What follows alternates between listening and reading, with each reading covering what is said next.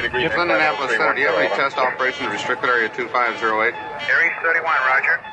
Traffic is quite luminous and is exhibiting some non-ballistic motion, over. Roger, Aries 31. Continue descent at your discretion, over. Okay, Center. The traffic is approaching head-on, ultra bright, and really moving. They're right by us right now. There are 1,000 UFO sightings reported around the world every month. 90% of these sightings can be explained, but 10% cannot. Officially and unofficially, the U.S. military has been investigating UFOs since 1947. Their top secret goal is to find out what's behind these unexplained sightings. The Pentagon classifies them as unusual airborne anomalies, but a better term is X-Files. Join us now as Mack Maloney and Commander Cobra explore these unsolved cases, UFO incidents that baffle even the U.S. military. This is Mack Maloney's Military X-Files. And now, here's Mack Maloney. Well, good evening, everyone. Welcome to Mack Maloney's Military X-Files show here on the Distant Thunder Radio Network. This is Mack Maloney. Wow, what a show we have in store for you tonight. Very special occasion. But first, let me introduce the members of the posse. Girls, get ready. Sit down, get your fan, get your mister, get your big box of Kleenex, your big box of wipes, your squeegee and your lube, because the very famous one. I almost made it. You're very... Hey, Mac, what's happening? Very famous one on this year. You know, I got extra lube, too, if anybody needs it. Really? So, hey, girls, welcome to the show. Glad to see you, hear you, feel you, touch you. Wow, hang on. Whose song? What is that? Oh. Anyway, I'm really excited about being on the show tonight. Extra Lube, good name for a band. Good Extra name for a band, Lube. Extra Lube. Exactly what I wrote down here. Anyway. I love it. The special occasion is here in the studio with us tonight. This is something that hasn't happened in at least 2 years, maybe 3. We can't remember. They call him Coco on the streets. We call him Commander Cobra in the house. CC, how you doing? Good evening, Mac. And as always, it's great to be in close formation with you tonight here in the studio, tucked up on the wing. Tucked up. And extra lube and Wan forever for the rest of my life. When I hear lube or a lube job, I will see Wan's face. They were going to call me Jiffy Lube at high school, but that name was taken. It was trademarked. There you go. Taken. More information than we needed to know. It was unavailable. So it became Jiffy Pop instead. Yeah, Jiffy Pop. You're lucky if it was Jiffy Pop. Anyway, let's no Switchy tonight, but we're in contact with Switchy daily. The real estate magnate that he is, he has set down roots someplace in the eastern United States to be disclosed at a later time. He's wheeling and dealing. Wheeling and dealing as we speak. Is it Wheeling, West Virginia? That'd be a clue, right? It could be, but I don't want to say something that I'm not we said it last to. week. He's moving to Point Pleasant, and he got a job at the Mothman Museum. Have you heard that? Yes. Did you get that briefing? And is that the truth, or is that? No, that's true. That's true. And he has a view of a cemetery. Yeah, since we're all busted out, how they got the inside. He bought a house across from a cemetery. Yeah. So to him, yeah, right, exactly. Raven likes. Anyway, at least good. That's why Raven liked my place, because I have a cemetery on my property. That's right. That's right. I do too. I have a small cemetery. You're not supposed to talk about the people that you buried, Wan. Okay. Just wait till you leave the country, Bad and then luck. you can talk about the people that you buried on your property. Okay. Let's go. There are 3 of Frank W. Coburn from Scotland who built this place. Yes. He made knives here on the premises. 3 of his wives are buried. So a guy made knives and he had 3 wives. I'm just going to ask. Knives and wives. I was going to. Let me ask the question: is that what you're smelling? Now listen. Let's move up the totem pole, please. Security Chief Willie Kleber's here. WC, how you doing? Hey, Mac. Hi, folks. Great to be here tonight. I can feel the energy already. Is that what it is? Okay. Oh, you know what I think it is? Looking here and seeing the commander Coco sitting next to you in the studio. Yes.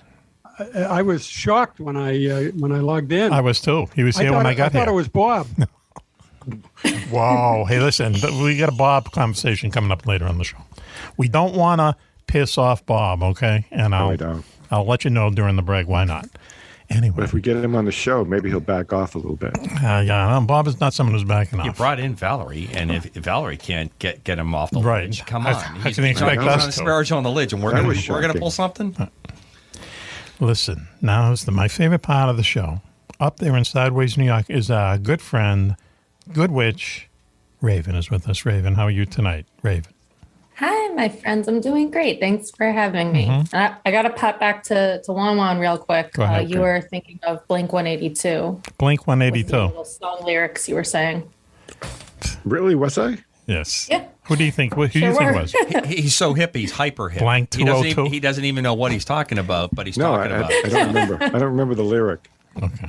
Blink 182. Come on, let me hold you, touch you, feel you, always. Okay. And Juan Juan was But thanks quoting for having me. that lyric. Okay. Wow. What's the I'll have you anytime. I think those are E.T. inspired That's lyrics. a Bob Dylan lyric.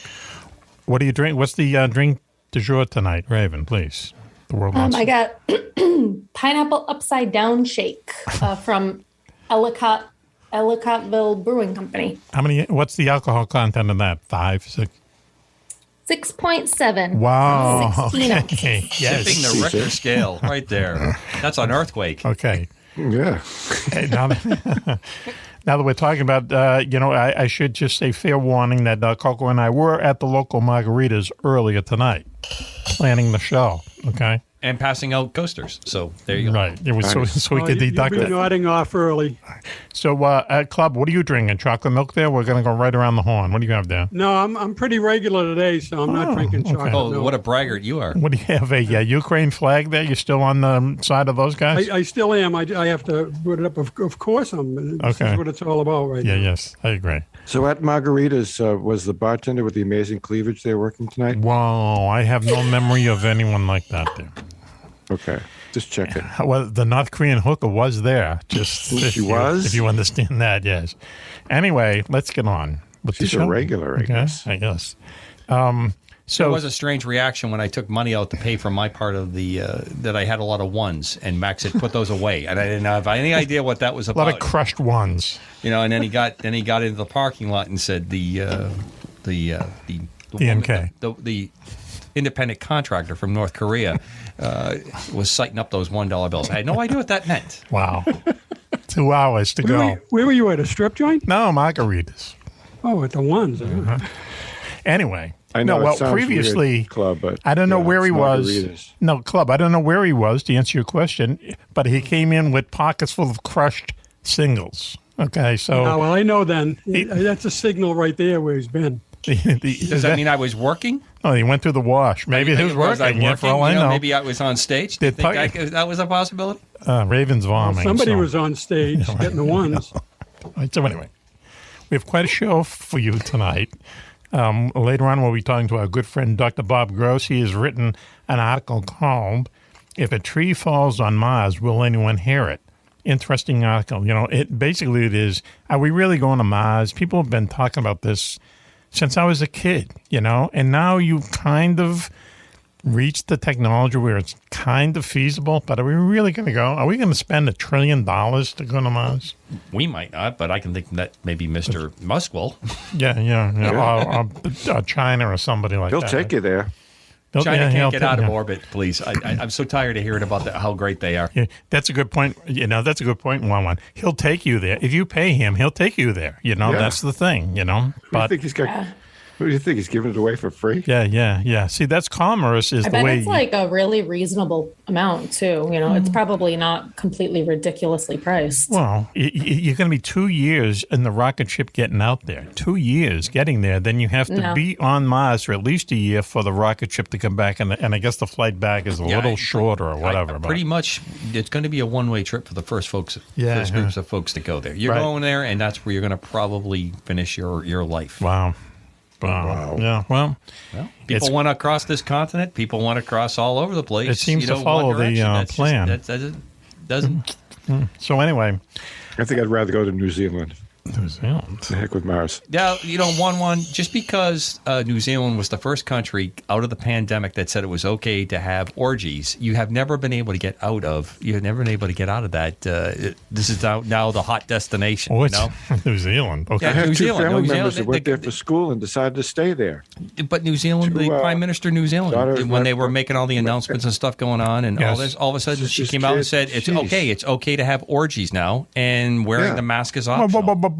Excuse me. Is that it? Is that what it is about? No, New no, Zealand? no. It's- Listen. It's amazing.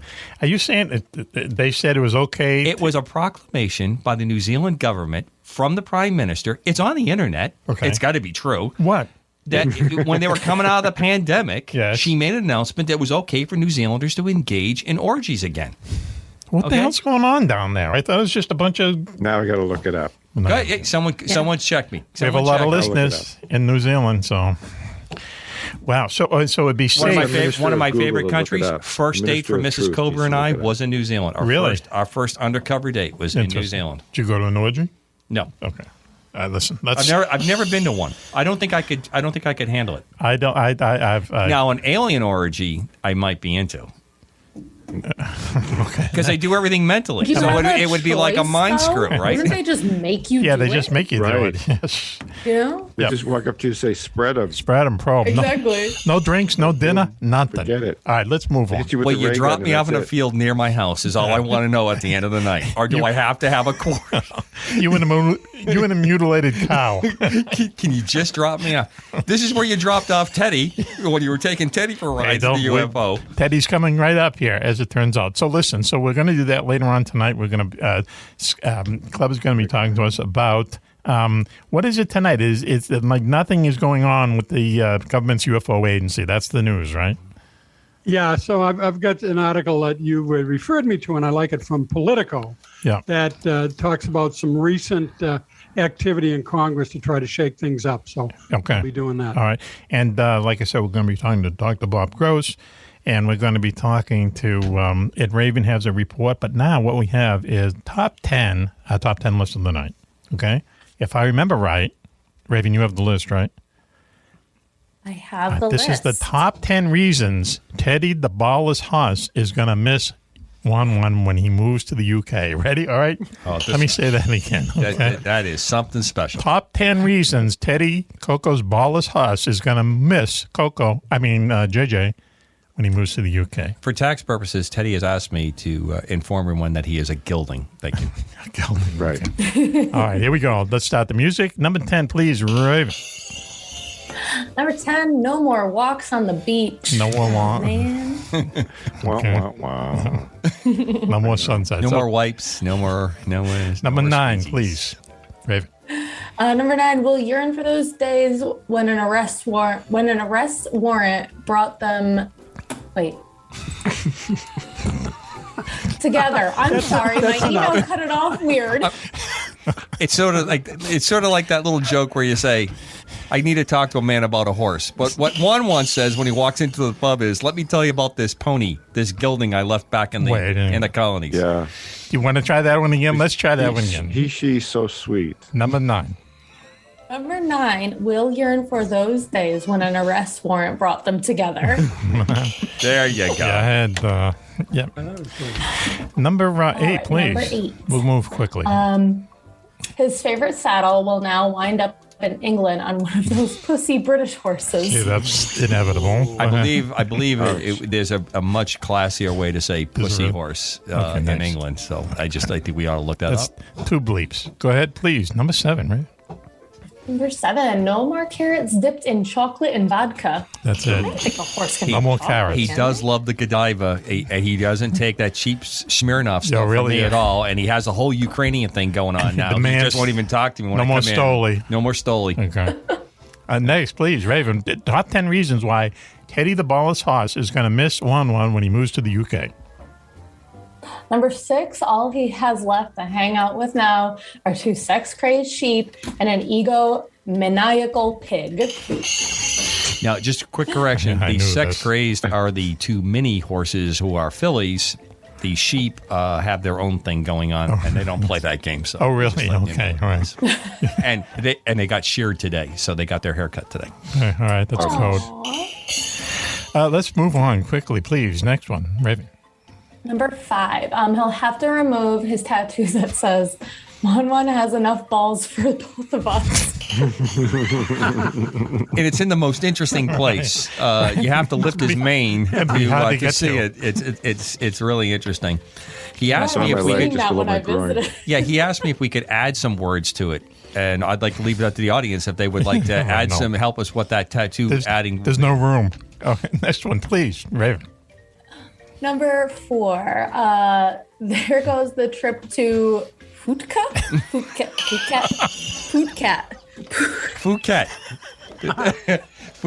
And we'll just keep moving on that. We'll give you a geography lesson at a later time. But Juan and I, being sailors, we just want to tell you that Phuket is a really nice place. Go ahead, please. Raven, please. Number 3. No more nights watching Drag Race together. Drag Race is great. Drag Race. Yeah, that's code. Yeah. That's Urban Dictionary stuff right there, kids. Next, please, Raven. 2. As if he didn't need another reason to hate Lily James. Ooh, as if he didn't need another reason to hate Lily James. He has indicated that a picture of Lily James on the lower wall where he can do the kicking, the back bucking would be the way to go. So he said if you ever bring a side saddle in, put her on it. So I don't know what that means. More code. He must have seen Pam and Tommy. And I'm going through a Lily James recovery program. I'm just watching Yesterday over and over again. Wow. I'll make sure my favorite scenes from Downton Abbey when she was in there. I'll make sure I put the monitor in there for him when you leave, just so you guys can have that symbiotic thing while you're on the plane and he can get over it. So, all right, listen. Top 10 reasons Teddy the Ballless Horse is going to miss Juan when he moves to the UK. Number 1, please, Raven. Number 1. Who's going to steal the scones now? Yeah. Okay, wow. Who will? There you go. We kid because we love there. 1. So, well, how about that? We'll clean that up in post. Awesome. Okay. Thank you. And why don't we do this? Why don't we take a commercial break now? And we'll be right back after this. You're listening to Mack Maloney's Military X-Files show here on the Distant Thunder Radio Network. The whole gang is here, so please stay tuned. There's a monster in Tokyo Bay, hundreds of feet tall and breathing fire. It's able to destroy whole cities, sink entire battle fleets, and knock swarms of jet fighters from the sky. But there's another even more dangerous resident of the bay. A secretive psychopath intent on covering the planet with nuclear-armed booby traps unless the world's population bends to their demands. Meanwhile, a mysterious group of reborn medieval warriors has taken to the air. Strange signals are being picked up from outer space, and witnesses report seeing hundreds of ghost planes flying in the night skies over Tokyo. Sailing off the coast of Japan aboard the United American Navy's mega aircraft carrier, the USS USA, it's Hawk Hunter, the wingman. He must investigate these unusual occurrences while trying to thwart the criminal's apoplectic plan. But will his actions save the planet or lead to World War IV? Find out in Mack Maloney's exciting new novel, The Jericho Storm. Filled with dozens of dogfights, sea battles, and brutal hand-to-hand combat, The Jericho Storm is book 21 in Mack's best-selling Wingman series. Team up with Hawk's longtime allies, as well as a few new ones, including fighter pilots Switchblade Steve Ward and Jocko Johnson. That's Wingman 21, The Jericho Storm. On sale now at your local bookstore and on Amazon.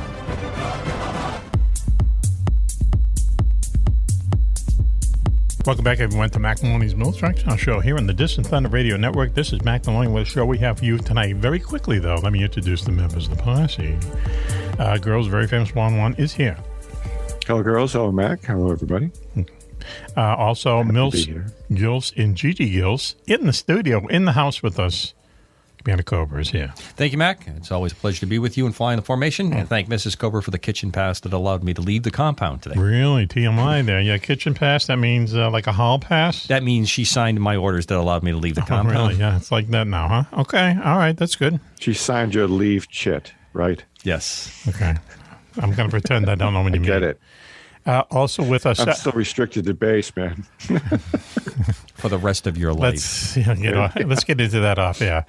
Also, no Switchy tonight, but he is going to join us in the very near future. I get a lot of emails with Switch, what's Switch up to, so on and so forth. The rumor is he has bought a house across the street from a graveyard. Is that true, Coco? That is correct. Photographic evidence has been received. Okay. But he will be joining us in the near future. Can't wait. I've told him to log in every breakfast he's eaten every Tuesday morning in his sabbatical. Okay. I think 90% of them will be Denny's, probably Denny's. Denny's, or he may have gone to the frozen waffle. I'm thinking big on the frozen waffle. Yeah. Okay. All right. And what an angle that could be. Oh, I know. Those things are they're like 10 times better than Pop-Tarts. My God, those you can eat them all day. They're nuts. Pop-Tarts are so terrible. I can't imagine it. Oh, my God. What are you talking about? Eggo toasting? Yeah, they're good. Oh, those things are nuts. Eggo, the nuts. Belgian style. Oh, Belgian style. Even the cheap ones that you can get like superb. Just nuts. Yeah, like Market Basket. Oh, my brand. God, I they're love them. fantastic. And then you got the blueberry, and then oh my God, it's just nuts. It's nuts. I want you to know that Bear the Dog and Zeppelin, when I take those out, I have to break them out for them too, because everybody's getting wide with Daddy in the kitchen there. Wow. I think I saw that movie too. But look, let's move on. Security Chief Willie Clubb is with us. WC, how you doing? Mac, I'm doing great. It's great to be here and see all those happy faces. Okay. Who are you looking at? I have to ask you a question, though. You talked about Switchy coming back. Switch. And he's got a lot of catching up to do as far as giving us his different breakfast ventures. And I'm just wondering, will that now take the place of the top 10? No. I think it's a compliment to the top 10, as they say in the biz. No. Well, I don't know. It seems like you probably want to switch I think back there to could that. be a top. We don't have a lot of time. What are you suggesting? What you have for lunch? Switch? That type of thing? Switch it up a little? No, just as long as you don't have to do the top 10 and we have Switchback doing his breakfast. Okay. On advice of counsel, what I believe Clubb is trying to say is maybe what we should do is a top 10, what did he eat? Okay, I see. Okay, all right. I think that's the genius that Clubb is trying to bring to the table. I'm glad you said that. It didn't get to my head that way, but that sounds like a good idea. Yeah, that's workable. That's doable. I almost said that's what she said there, but I stopped myself. Good thing. Anyway. $50 save right there. On to the favorite part of the second part of the show is our good friend Raven is up there in Sideways, New York. Good Witch Raven. How are you doing, Raven? I'm here. I'm doing real good. Thank you. How are you doing? You're here with at least three drunken old guys. How are you doing? If that doesn't spell a good time, what does, kiddo, in Sideways, New York right there, huh? She's doing a tally of all the inappropriate content. And I'm assuming that Club is sober, so there's actually four of us. So things okay with you there, Raven? It's all good here. Okay. Yeah, it's all good here. Now, not to ambush you, but you had an interesting weekend, correct? I did. You went to a bachelorette party? I sure did. Imagine this, guys. Okay, and how many people attended? Let's get to the bottom of it first. I want to say 9, if I remember correctly. 9. I think it was 9 girls, but I think there were supposed to be 11. Okay. And 2 of them couldn't make it. So it was intimate. So how many male strippers were involved? Unfortunately, none. I was really looking forward to it. I even was able to pry my wedding ring off my finger. So what was the headline entertainment? I was going to say, what did you girls do? But you explain. So how many female strippers were there? Oh, how avant-garde once again from the man that is French. That is the. I mean, come on. That is the toast of the continent. There, but we did take a really nice bike ride. It was 14 miles, so that was fun. If you could see the look on Matt's face. Oh my God, do I wish I had the camera out. Oh my God. If you could have seen the look in his face. People's jaws drop. Yeah. You took a bike ride? A bike ride. What's happening here? There was a million things in this universe that could have been said. That wasn't one of them. Wow. What did you do? A pub crawl? Is that what it was? Please. It was mainly wineries, and we did a couple breweries. Oh, okay. So you're bicycling drunk, in other words, right? To make it a little more exciting. No. Okay. Yes, but no. Yes, but no. So the wine and the breweries were on one day, and then the bike ride was the next day. Okay. But the bike ride also happened after we had mimosas. Mimosas, and then the bike ride. Okay, feels a little better. Then the bike ride. Wow. I almost thought this was an Amish bachelorette party. It sounds like one. Well, it wasn't horses and carriages. But look. Well, did you have a good time, at least? I don't think there's anything wrong with that. I got some really nice pictures. I met some new people, and it was great. Will you send us the pictures so we can put them on the website? I can send you pictures. Okay. So now listen, one last thing though. You indicated to me in an email that the maid of honor was she was issue oriented, right? Some people bring baggage. This girl had a steamer trunk. Just spill it open here, babe. Let's go. Let's talk. She's a TWAC for sure. Wow. TWAC. Okay, we should know that. We're on the street. I don't know every what day. that is. What is that? Tell us. TWAT. Oh, I see. Okay, it's not an acronym. It's reference to someone's age. Yeah. You know, in the old days, the nice way to say that was with an I. Okay. You didn't get hit by a ruler. There was Drama? But this Drama? one hit you below I don't the even belt, know how though. to explain it. Was on it drama? Was there drama? It sounds like drama. Go ahead, please, Raven. Tell us. There was drama, and a lot of the drama stemmed from we couldn't get the spa to work. They had a hot tub at the Airbnb, Oh, and now it didn't see, work. Wow. You've just No, we're getting better. You We're getting just better. restored everything that Mac lost when it was the 14-mile bike ride. We'll see. Take it easy. Take it easy. Let's go. And then, of Please. course, get ready for the picture question about the spa. We've already asked. Go ahead. So you couldn't get the spout to work on the hot tub? So the entire hot tub, like we couldn't get it even on. Yes. We tried the breakers, like the Works. plugs, everything, nothing. And the entire time it was, I have a hot tub. I know how to do this. Oh, that attitude. I okay, hate that like- attitude. I do think have this just is one. beyond you, I got the but hand up for a whatever. question. Go ahead. There's no way to call, though, to... Now, is this a Try and traditional? rectify the situation. Is this a traditional situation where the maid of honor was responsible for this bachelorette party? Is this how that was? Did she run it? Did she run it? So, yeah. And I mean, I've been to bachelorette parties, though, where like it's been set up by other people, but we all help. Sure. Yeah. And this was 100% a situation where I don't want I'm not lifting a friggin' finger because it's all about look at everything I did. Yes, and yes. like that's it. Like So did she- I helped her do one thing and then she took credit for the entire thing It's the that I motto. helped her with. Now- and I was like, Bummer. Yeah. Did she Done. follow the tradition? Because this is important. Did she follow the tradition of providing a gift to all of you that attended the bachelorette party? we got a gift, but we had to pay Excellent. for it. No. Sorry. Wow. Sorry, kids. In my century, Not a a gift, gift. you didn't pay for a gift unless it involved an ex-wife. What? Wow. Oofa. Hang on. What was the gift? What was the gift? But now we're. What country are we living in? What is I know. this? I have no idea. What was the gift that you had to pay for? T-shirts. Okay. Okay. All right. So they. Obviously, they completely skipped the notes on you ask if it required batteries, Wow. which is where they were supposed to go with this, and they didn't.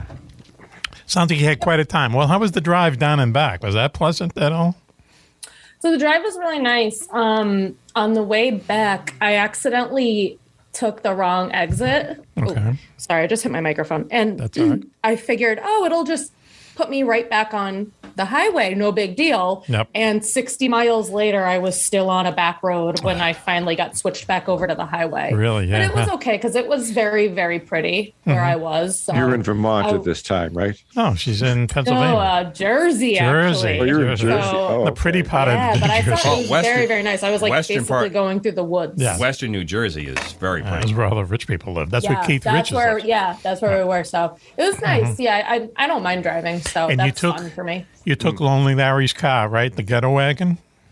I sure did. It's Yeah. still in my driveway. Did you What put? is it? What kind of a vehicle is it? I don't know what It's that a is. little. What do you call those things? It's that little car. It's an HHR. It's a Chevy. Yeah, those they little look Chevy. like a boxy PT Cruiser. Oh, okay. Yeah, Yeah, it's like a right. PT Cruiser. Yeah. Did you put gas in it? So yeah, listen to this. Okay, here's the biggest drama. This is Lonely Larry's gas in father. Yep. So he left it on E, which Of is course. like fine. I put gas in it, but I somehow managed to get home with a half a tank. Mm-hmm. And I'm like, this is my gas. Like I have to use it up, but I have to return the car tomorrow. So ahead. what do I do? Drive Like around. I can't just drive everywhere. Like I still have to work through the day. Go ahead. So you siphoned it Why out. don't you siphon it out? Siphon it out. Yeah, I'm gonna have to. Wow. Okay. Because I'm You getting. got to give it to him the way you got it. Say, hey, Dad, Empty Father's tank. Day that's what early. I always See, do. that's what I say. Dad, Father's Day early. He calls me up and he says,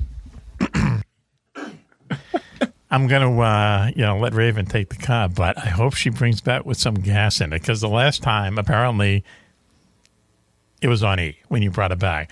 Well, when he sees it half full, I'm telling you, he might need the daughter of the year right there. He gave it to me on E. So yes. I gave it back to him on E. What you do with the half with a the tank low of gas light flashing Did to you? boot. Oh, just to rub it in. Wow. Okay. Great. There's a little peek into Raven's life. So all in all, you had a good weekend, right? You had fun, right? Oh, yeah. All right. It was a Okay. good weekend. Did anyone take a swing at the maid of honor or anything cool like that? I guarantee everyone there wanted to. Yeah. My one friend was originally invited, but she just had a baby, so she couldn't come. Is that really an excuse And not I to was go to a saying to my bachelor? other friend that was there, if so and so was here, she would have knocked her out at this point because she's a fighter. Well, hey, maybe they'll get married, divorced, and married again, and there's a second chance for that. Wow, that's interesting. Anyway, there's one. So, Club, why don't we pivot really quickly to what's going on with you? Have you been? How was your bachelorette party? How was your bachelorette party? I don't know. Good luck. Have you Give ever it been to a shot. bachelorette party, Club? In your I'm early? going to thinking a about the wedding. hot tub I'm with going the to a door. wedding this weekend. Are you so really? Does it Maybe involve next hot time tubs? I'm on, I could give you some updates. Okay, all right. Are you If I remember what Are happened there. you attending any pre-wedding activities like the bachelorette party? Pre and post. These Pre and people, that's post. all they want to do is party. So I understand. Okay, well, That was so fun. anyway, I you like to give toasts at weddings. you do. You're the It's one. so surprising. I Absolutely don't so even know surprising. anybody at the wedding, but I like to offer a toast, and I'll say something relevant, Really? even though I don't know a soul at the wedding. Well, what are you They doing at hire the you wedding? to Are do you the in the right toast? wedding? You Yeah. get up there and do really? I'll just wing it and dream up something that's 1-1, the wedding Do crasher. you make a Did you see believe that? you're a friend or Relevant? something? Do you? yeah, you, just I can see 1-1 in a light tuxedo or even a nice high end suit, just crashing weddings all yep. Yeah, all yeah. through the UK. That's right. All through the UK. He could turn it into a book. It could be a Big blue series. bow tie. Yeah. With I the see. It'd be velvet, kind with of the an Adam velveteen Sandler kind of moment looking. for me, you know.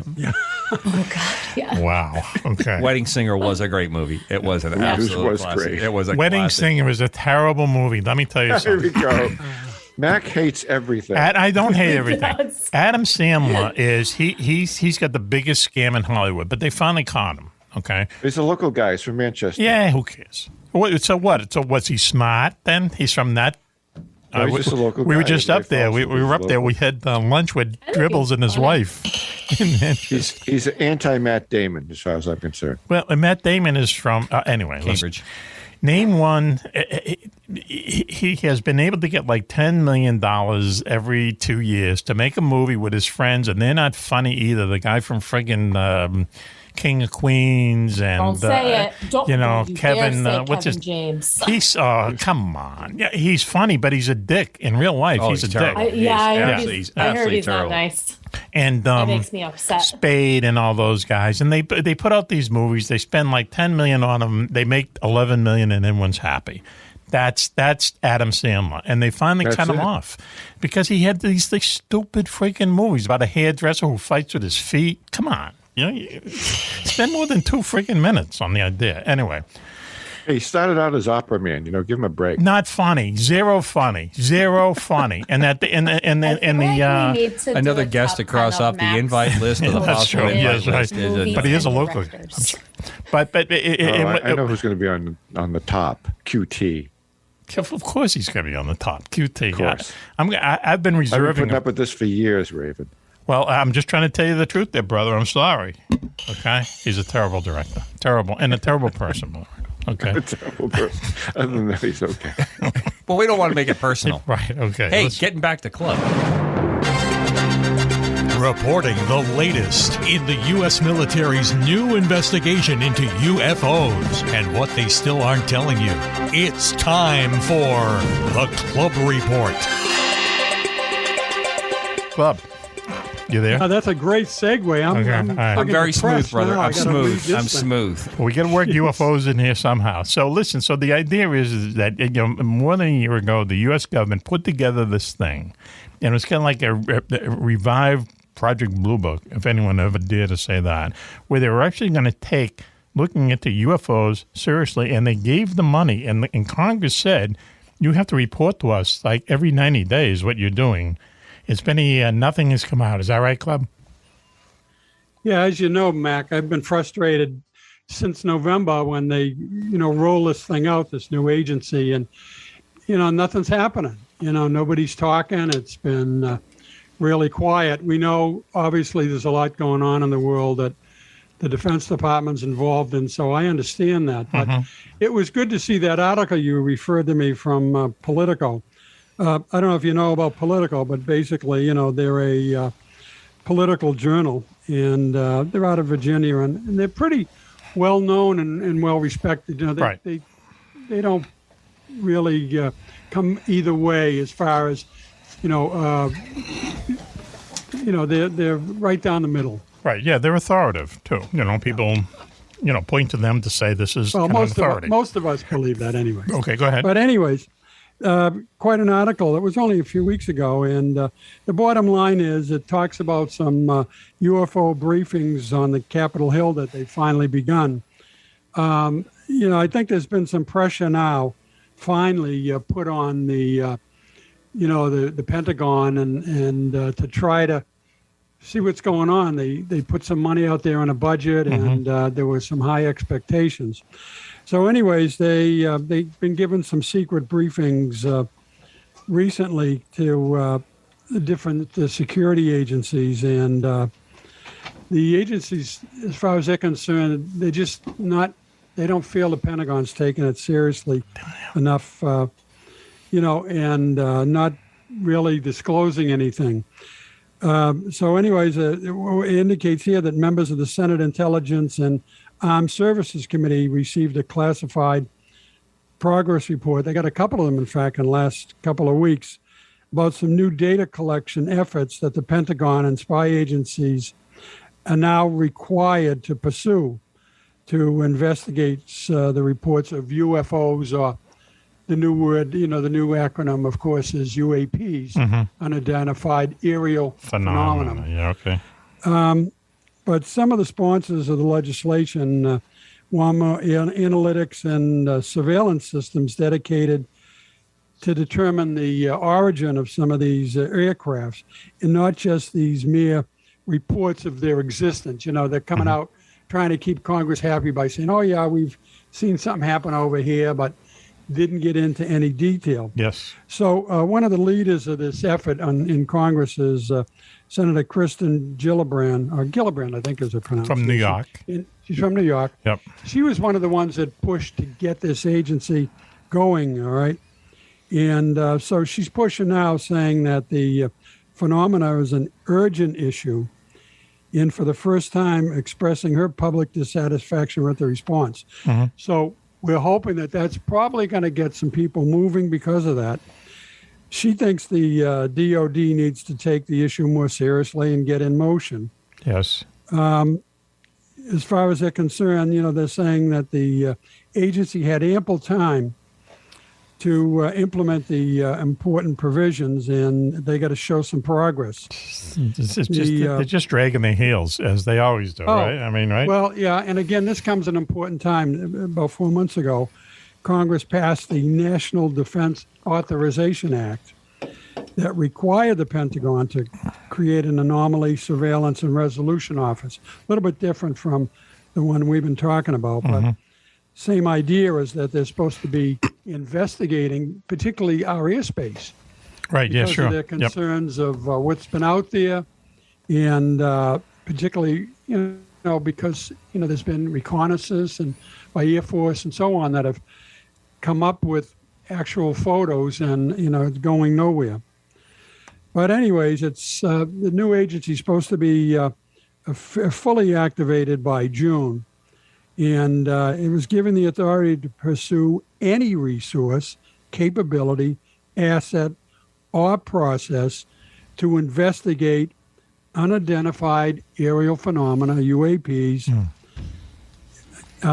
So supposedly with this new authority, maybe that's what will get them going. But can I ask you something? It's supposed to be developing an intelligence collection and analysis plan to gain as much knowledge as possible regarding the technical and operational characteristics, origins, intentions of unidentified aerial phenomena.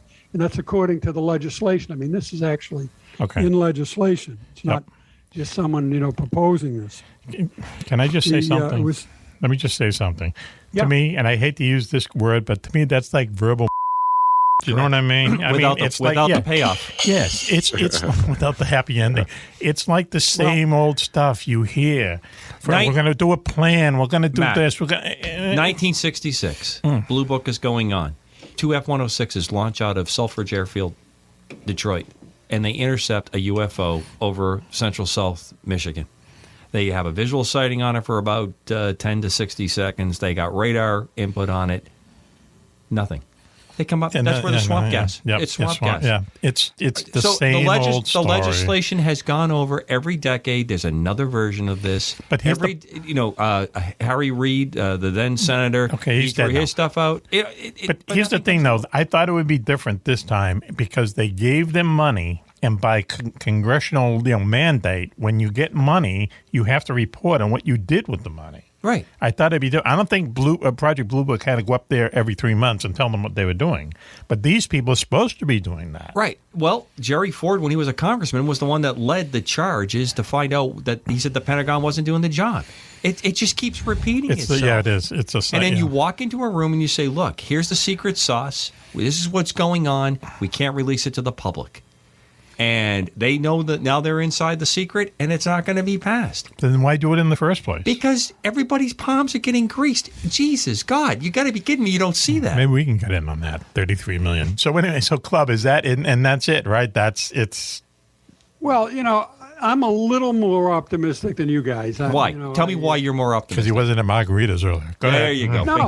No, because I've been following this pretty closely, and particularly there's some big names in on this too now. Senator Rubio of Florida is in on this, and he's got a vested interest, obviously, with the bases down there, and Cape Canaveral and all that. So he wants to get his share of the money and so on. But anyways, he's indicated he's frustrated, and when someone that high level goes on, puts their name out there and makes some comments, usually they get some action. Mm-hmm. Yeah, right. They're high profile. So yeah. I mean, we'll find out. I mean, if he doesn't, then he doesn't. But I'm going to give them a little more time. And like I say, one of the reasons that I'm a little more willing to go with this is that, as we all know, there's many distractions right now in the Defense Department. Yes. And so I can understand that a lot of resources are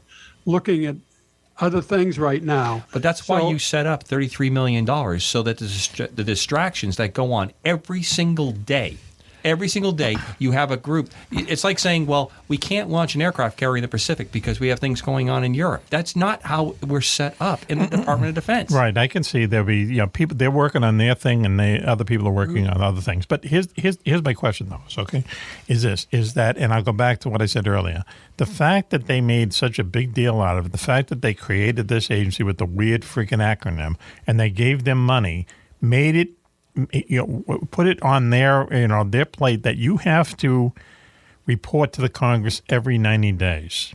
All right. Now, and now a year has gone by and nothing has come out. There's no other conclusion that you can come to except what Coco said. We're still looking into it. It's just bull. It's they're just BSing us in a different way. And the fact that they got $33 million, I'll tell you this: Project Blue Book never got $33. Okay, run by a major. All it was a psyop to keep people thrown off. Right. Everyone used to think it was like NASA with people walking around in like lab coats and stuff. It was 4 people. Four people what's his running name? around, and then 2 secretaries and a gopher. And then showing up at UFO conventions and planting information, false information, to get to provide more cover. There you go. So anyway, go ahead.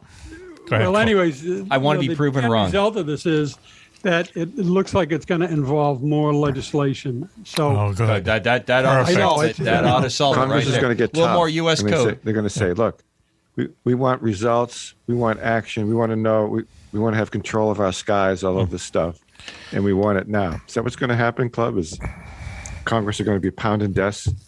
Yeah, and pass more legislation. For the 6 months that they show up for work. More money. They're going to be pounding desks. More money. Because if there's a group of people that have really got it moving, it is the Congress. See, this is what I think is going to happen. Okay, I might have mentioned this in an earlier show. This is what I think that when they come up with some kind of a declaration or something, I think it's going to be something along the lines of this. They're going to say, this is a natural phenomena we don't understand, but it doesn't have anything to do with our flight safety or anything. It's something that just happens like lightning or something. Okay, you have to be aware of it, but it's not a threat to like the safety of our airliners and stuff. Because you remember when they passed this legislation, one of the things that they put in there was that they're looking into it for quote unquote air safety. Air safety means like airliners and stuff, right? They're going to come out and they say this is a natural phenomenon. I'll take a side of that. Go ahead. You know, right now, there's never been any issues that we know of that affected air safety. Right. They brought it up. So, there's a concern now because they're seeing more and more of this stuff. But are they? I mean, what? You hear about it more. You hear about it maybe more. hearing about it more. But my point is, if you're trying to look as a way for subterfuge, you're going to put a statement out that says, we're going, air safety is one of the concerns. Then you already know that it's not a concern. So what do you do then? Well, you come in and you say, like Max said, it's a phenomenon we don't completely understand, but it doesn't affect safety. Give us another $33 million and we'll give you a beautiful brochure for what we did for the last year and a half lying to you. And then you get out of it. I want somebody in the audience, I want somebody here tonight to point to something that when Congress has pounded their hand for the 6 months that they show up for work and said, we've got a result on. We still don't know what happened on the Lincoln assassination. That's 2 freaking centuries ago. John Bull shut up. We know he was killed. Yeah, we know. Are you sure? Are you sure it wasn't an alien that did it? Can you prove that? And my other part is we have secrets from World War II that will not be opened for another 43 years. Right. But they mostly have to do with codes and stuff like that. Enough with this crap. This is bull. Wow. If anybody believes that the government, once they know the secret, the people that are the government is going to share power. I want to sell you land where the water comes in at noon. You're kidding me. No, but let's just get back to it. Let's get back to it. But here's the thing, and it gets back to this one question. So what people are saying is that the government knows everything that's going on, but they don't want to tell people because it's going to ruin civilization. It's going to ruin religion, so on and so forth. Civilization as we know it is going to collapse. I have another take on that I want to add. But that's what a lot of people say, right? I agree, but I want to add a take to that. But why? But it's still the stuff that we go through these days, okay, with everything that's going on, pandemics and war and stuff like that, this would be something that you would think that they would want to tell people. Okay? So can I jump in? Go ahead. If you lied, when we were kids and you lied, yes. and you need to stick to the lie. I believe that they have lied so consistently that they feel that where the loss in confidence is going to come? It's not going to come in religion. It's not going to come in the world's going to collapse. We're going to stand there and go, what the F have you people been doing with all this time and money? That's where I think you got people that are worried about consistently carrying on this lie, this storyline, this just, as you were saying before, the masturbatory process that's going on. Is that word? Because they are concerned that we're going to finally show up with the pitchforks and torches and say, enough of this foolishness. But here's the thing. Let me just throw this out at you then, okay? And we're not going to get political, but there are things that have happened in this country in the past 50 years that have been like political mistakes, let's say, okay? Vietnam, for instance, all right? And we got over that. Do you know what I mean? So, you see what I'm saying? I agree. But we have consistently lied on this, and I think it's because... But they consistently lied about the Vietnam War, and they got over it. I mean, people got over it. Okay, that's what they lied about it. Boom, boom, the aliens are here. I don't think they're going to worry about who lied or anything. Well, Mac, you're entitled, but I'm just telling you, the way I look at this, the only thing that consistently lines up with me is these people, the only thing they're worried about is losing their control and their power. All right, let me ask you one more question, then we'll move on. So you're talking about people who are, somewhere in the government or somewhere close to the government who are going to lose their power. But these people, the length of like a government employee or anyone who would be involved in this is 30 years at the most, and then you retire with a huge pension. So, if this has been going on, let's say, since Roswell, okay, which I don't believe anything happened. But let's say the late 40s up to now, where we are now, you'd have several generations of people who have retired or whatever. So who are these people who are holding on to the power? So the secret. I think when you get inside this sausage factory, the people that are hired to be in management of the sausage factory select people that hold the same kind of belief system that they have. So the torch gets passed to a group of people that, we're smarter than everybody else, and we can't trust everybody else. And if you look at that from that standpoint, to me, that's where it makes sense why we have this. Now, take the next step. Do we have possible technology? Do we have possible contacts that have occurred that we had that going on? No. You say no? I think it's a possibility because we have made deals. We'd be living in a different world. Why? Why would we live in a different world? The because people that are making money are making money on the world. But you wouldn't take the money. You wouldn't take the time and the effort and all the expense to launch the space shuttle into orbit. I've said this a million times, like launching a dump truck. Wait a minute. No. If you had the secret of anti-gravity, you just wouldn't do it. If you're spending $33 million and not getting a result, okay, yes. Why would you not continue to spend $33 million every single day on BS ways to do business? Why have we not gotten off fossil fuels and put our money and technology into nanotech and nuke power to develop electricity? Because right now, people are making tons of money taking it out of the ground, burning it, and going forward. Right. Okay? So the same thing happens. I think we do have high tech. I think there's been some aircraft that have come out that completely, but it's going to destroy the industrial complex. Can I tell you something? But at some point, there were people who, they were like big hay, big horse, big wagon, that didn't want cars to come into, you know. So they did. But when somebody figured out how they could make money on it, that's when it came forward. Well, that's what I'm saying. Exactly. Well, I don't disagree, but the people that are paying the politicians are pulling oil out of the ground, are grinding up coal, are making steel, are doing it the way we've done it. Friends of politicians. That politicians don't even make that much money. I said the people that pay them, the people that contribute to that, and they control that. They have access when they do that. $33 million is nothing nowadays. Yeah, I know. That's nothing. You're right. We're treating it like it's like a holy tort. It's nothing. I know. You're right. And contempt. Where's the contempt of Congress? Congress isn't going to bring these people up in contempt. There's no one's going to show up. And if they do, when was the last time somebody went to jail for anything on the political arena? I dare anyone to tell me when it was. That's John Wilkes Booth. Well, it may be happening soon. Yeah, you never know. I hope you're right. You never know. All right, listen, let's move on. Okay, so that's cool. So anyway, basically what we're saying is this investigative, enterprise is not going anywhere quite yet, club, right? And Congress is going to get to the bottom. I'm going to continue to monitor it. Yep. I haven't given up completely. I agree with Coco and many of this stuff, but I've always see the glass is half full, and as long as it's whiskey, that's the way it needs to be. I'm not ready to give up on it yet, but I'll be watching these hearings they're having, and C-SPAN. They're pretty good at C-SPAN airing a lot of stuff. Yeah. They air an eye everything on that, but so keep the faith a little longer, anyways. Okay, I see Raven indicating that she's vomiting. No, or you were doing something else. Raven, what do you think about all this? You're the youngster here. I just really wish that it delivered more when everything changed. Yeah, the big splash. Yeah. It's just a big disappointment at the end of the day. Yep. We're kind of in a place where things are not great. Pretty bad.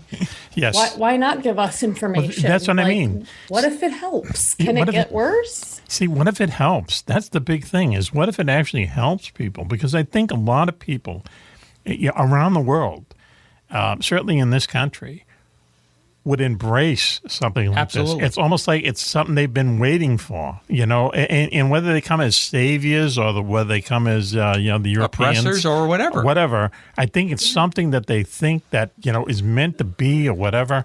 And I think it would lift up a lot of people that, hey, we're not alone. I mean, that's the one thing it's going to prove is that we're not alone. And the other part is, depending on if you believe in a religion, if your belief in a superior being, a God, all those different parts and people, I don't see how that changes. I never have. I've never bought the argument going, forward on that. But I can't see, and I applaud Club for having the faith and keeping the faith, but I just don't see how anything comes out of Congress with the nonsense that has gone on with. This is the greatest set of ass clowns that is ever set up, and we're paying for it every day. Another good name for a band, the Ass Clowns. Let's face it. Oh, we got to work with the ass clowns that we have. No, and well, if you want to hit the third rail, you just hit the third rail with me. We vote those ass clowns in, and we don't change them out. And politicians are like children's diapers. They need to change because they fill up with the same stuff. That's right. I know. Congress is term limits is the only possible way you're going to have anything ever come out about UFOs. And we don't do what we're supposed to under the Constitution. We don't vote out these ninnies. We keep them in for 30 years because our crook brings money back to our district. Well, there you go. Well, that's the same reason why we don't have anti-gravity, because the people that are paying for those people are saying, if you want to keep getting your $100,000 into your war chest, shut up, and we're going to drive it until we run out of fluid. Wow. We want more anti-gravity. Hang on. He said fluid, not lube. So listen, why don't we do this? Why don't we take a commercial break now and calm down and regroup? And when we come back, hopefully Dr. Bob Gross will be with us to talk about what it will be like to actually live on Mars, I think. So you're listening to Mack Maloney's Military Exile Show here on the Distant Thunder Radio Network. The whole gang is here, and we will be right back after this. Do you know where the world's most secret bases are located? Do you know what spooky action at a distance means? Is there a conspiracy by aliens to prevent us from conquering space? And where is the best place in the United States to see a real UFO? Find the answers to all these questions and more in Mack Maloney's new book, Mack Maloney's Haunted Universe. Visit places you never knew existed: the Phantom Tunnels of Tokyo, the UFO Trail in South America, Hong's Hat, and the very mysterious M Triangle. Mack Maloney's Haunted Universe contains hundreds of reports on ghosts, haunted planes and ships, weird celebrity deaths, mysterious sounds, and a breakdown of every monster in America, state by state. You've heard him talk about it on the radio. Now, get all of Mack's paranormal research in one large volume. Mack Maloney's Haunted Universe, with a foreword by the very famous Wan Wan. On sale now in your local bookstore or on Amazon.com. Speaking of falling out of the sky, Raven is with us. What's that line? Did it hurt when you fell from heaven? Oh, yeah, like a pickup line? I mean, did it? Yes. Well, not a pickup line, but just a nice thing to say. I like the mirror in the pocket one better. That's my favorite. What is it? Tell us that one, please. Never heard Can you that make one. me say it? Yes, please. Yes. Go ahead. Never heard that one. No. Is that a mirror in your pocket? Oh, are you just glad to see me? Because I can see myself in your pants. Oh. What happened tonight?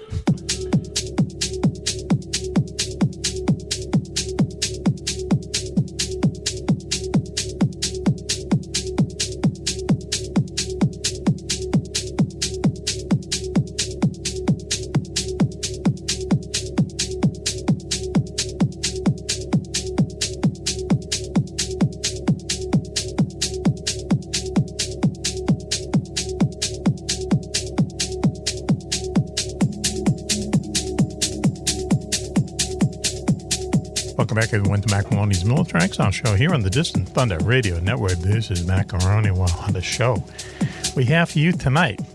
But joining us, let me introduce the members of the posse. Girls, get ready, because the very famous Wan Wan is here, and he's hot tonight. Man. He's hot. He's not hot in that way, but I can hot see to like trot, you mean? No steam coming off of your brow and your. Hey, girls. I know you know what he's thinking, and he's right. I am hot. Well, you had to say it, not me. Eileen told me I really have hot hands. My hands are really hot. Really? Eileen's his wife, by the way. Go ahead. Yeah, really, huh? And my customers think I have a hot bum because if I sit at their chair working on their PC or something, then I get off and they get off. That's all you have to say. Just stop right really there. Hot. That's all we needed to know. What kind of customers do you have? Honest to God, that really happens. Honest to God, I know. We believe you. Blood circulation in all the right places. Yeah, right. Isn't bum an English word? We're going to find out the origin here pretty soon when he does his Oxford thing. Also, no switch tonight, but he's coming back soon. But with us is also our security chief, Willie Clubb. Willie? Hi, Mac. Hi, folks. It's great to be here. I'm sorry to hear that, you've got such a hot bum tonight there. But Sounds like jealousy to me. It is weird, but it's true. Well, yeah, okay. I've never had that situation. You've never been accused of having a hot six, huh? Wow. This is, okay. Might wind up in the editing room floor. We don't know. But anyway, Willie Clubb is here. Everything's good with him. He's looking as distinguished as always. Well, I try, Mac. I'm trying to keep up with Coco there. We understand. Oh, really? In the studio tonight. He's the bar. He's the high He's all bar. dressed up. He's got makeup on. It did take a can't deal while. with that. Do you like the dress? Are you going to say something about that on there? Anyway, listen. I'm trying to be, kind. Classy. That's the word. Up there in Sideways, New York, is a good friend, a good witch, Raven. Raven, how are you doing tonight, Raven?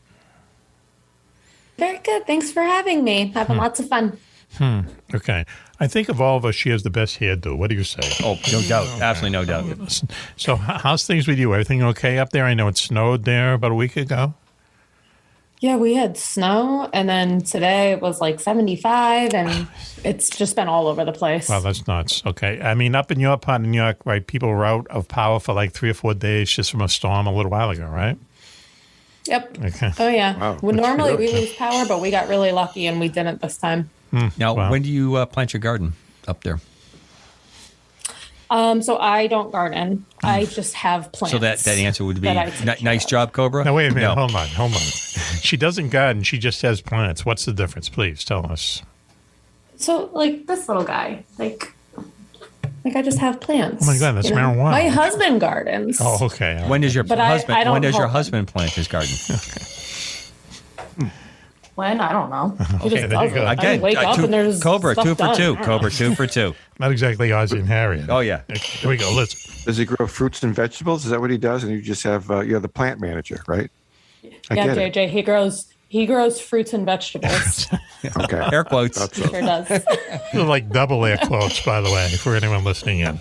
So look at also joining us tonight, if he doesn't jump soon, is our good friend Dr. Bob Gross. Let's hit the microphone and Thank you. Doctor, how you Thank doing? you. Good to be here. How are you? Pretty good. Okay, you look good. It's raining here in Chicago area. He's in the Chicago, the toddling town. Chicago's a great city. I agree. It's a great I love freaking Chicago. city. Yep. But anyway, you look good. You look like, does he look like Alex Guinness a little bit? A little? Yeah, he's got that distinguished What the- thing working yeah. there, almost like Over- a Masterpiece Theater kind of Yeah, kind of master. thing Yeah, going on there. If he Peter had, O'Toole, yeah, maybe? Peter O'Toole. Yeah. More of a O'Toole to me. Yeah. Okay. And I like to note that since you said Chicago, which featured prominently in the Wingman series, great series by Mack Maloney. On sale everywhere. Everywhere. You know what's cool about Chicago is the loop. The loop is interesting. I love the subway system that turns into the loop right into the city.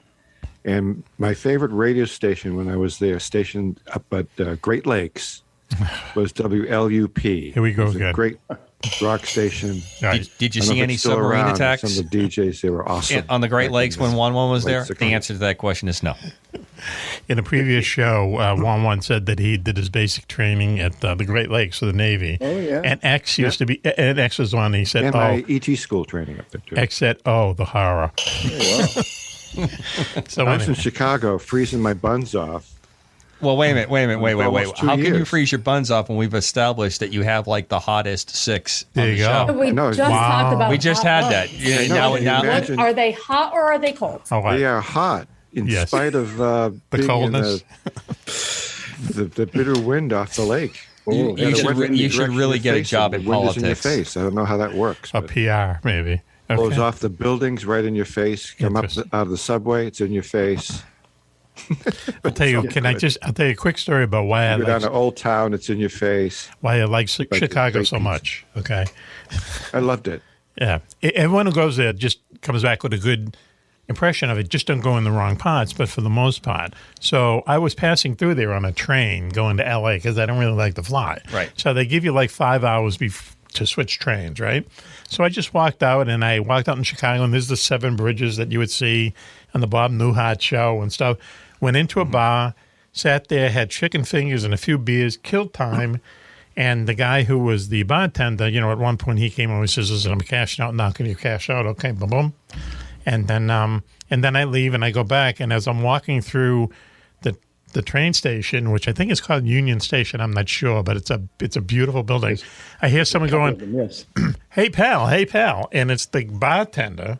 And now he has set up a little thing where he's selling cans of beer for for 75 cents, and everyone would pay him $1, right? And he get a quarter. He says, "Hey, how you doing?" He says, "Hey, give me a hand." Well, yes, I sat there for an hour with this guy selling cans of beer, and the line went out the door, okay?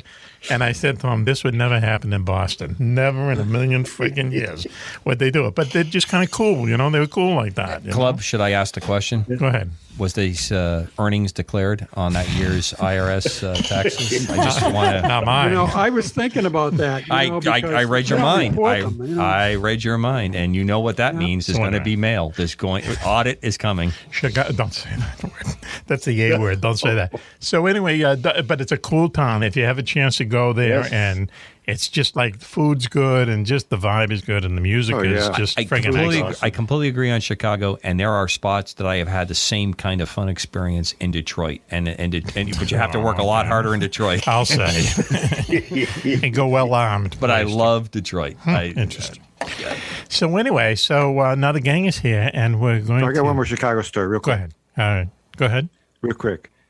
It is it still currently the home of United Airlines stewardesses? They're called flight attendants. Because I knew the buildings where they called it the Stew Zoo, where the stewardesses would lay over and do other things while there was more code off the plane. And I used to hang out there in the airport, drinking a coffee, waiting for the last flights to come in, and just And were you a child? When were you in Chicago? What are you talking about? When I was in the Navy, 68, 69. The horror. 18 years. A little bit of 70. Now you know why X referred to it as the horror. So he's saying. So while you're face down someplace in the south, it's a gold mine. Having a drill sergeant put your face in the mud. He's up at the Stews, earning his National Defense ribbon at the Stew Zoo. And then where do you go after something like that?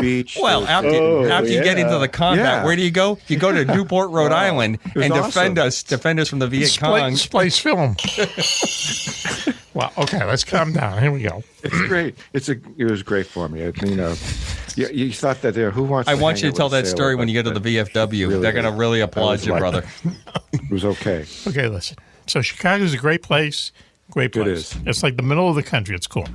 So anyway, Dr. Bob, what's new with you? Anything? A lot of stuff. Been doing some research, and especially some interesting things going on, like with the recent article from NASA about what the Perseverance rover found on Mars as far as sound goes. Oh, interesting. And, man, that's like going to be I think in my mind, a Pandora's box once they get everything figured out there. So Dr. Bob has a recent article published called, you correct me if I'm wrong, but If a Tree Falls on Mars, Does Anyone Hear It? Is that the title? Yes. Great title, man. Who came up with that? Did you? I did. That's an excellent title. Flew into my mind one day. Nice. Well, now it seems like the things with sound are just crazy on Mars. So listen, this is what we're going to do. So we'll talk about that later on in the show. Thanks for giving us the update on that. We're going to go to Raven now because Raven has an even creepier report. Right? So this should be good. So Tell us. We're actually going to be playing a little game tonight. I'm going to be talking about the Black Telephone game. Okay. And I want to preface this with a warning that Mack Maloney's Military X-Files does not encourage the playing of this game. Wow. And if curiosity gets the best of you, you need to use extreme caution. Yes. Well, sounds good. Okay. What? Let me just further add that we're not responsible for any intergalactic rips if you do. Glad you're here, Dr. Bob? Game, sorry, what? No, I was asking Dr. Bob if he's glad he's here. Yeah. He's nodding in the affirmative. I am now. Yeah, okay. He signed the waiver. Okay, please. So this game, it is also sometimes called a ritual, originated in Japan, and it's commonly referred to there as how to call the Distortion Room. The end goal of this is to be transported to another world, Cool. and it's actually another version of the elevator game, which is commonly referred in the Elisa Lam case, the woman that was found dead at the Cecil Hotel. What was that, back in maybe 2013? Okay. They thought that she might have been playing the elevator game. So this is another version of that. What is the elevator game? Tell us. Sorry? Tell us what the elevator game is. So you get on an elevator the building has to have more than 12 floors, I believe. Okay. And you have to choose floors in certain orders. Yep. And then supposedly at the end, I don't remember which floor you're supposed to end up at, but whatever the last one is supposed to be a different world. Oh, really? Okay. I've been in some Hyatts that seem like that, as it turns out. But Luckily, though, I have those magnetic keys now, so I can usually you find a just go room. in and okay. Wow. Okay, that's interesting. Okay, so go ahead, please, Raven. So, if you decide to play this game, which again, it's not recommended, but I'm going to tell you how to do it. So you're going to need a pen, a piece of paper, a black rotary phone. Now, for anyone that doesn't know, Google a rotary phone. I have and one. It's not a cell phone. And 2 pieces of black string that are over 40 centimeters long. And before you play, the house that you are in needs to be empty except for the people that are playing the game.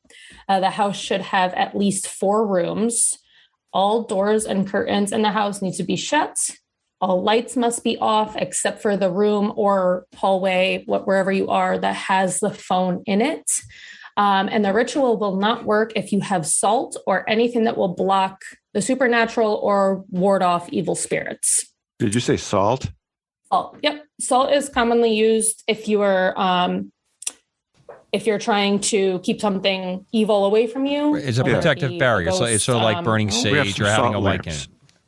Yeah, I do too. Yeah. Oh, you were talking about that a couple weeks ago. Yeah, I love salt. I make it talk. I go, "Hello, Eileen," and I raise and lower the pot on the salt. Yeah, the light. I know. It's got a variable light. Yeah, I make it seem like it's talking. She says, "One of these days, it's going to wake you up and talk to you." Okay. Ooh, all right. Oh man. Anyway, sorry, I digress. No, that's okay. So that's everything that you need and everything that you need to do before you start. So here we go.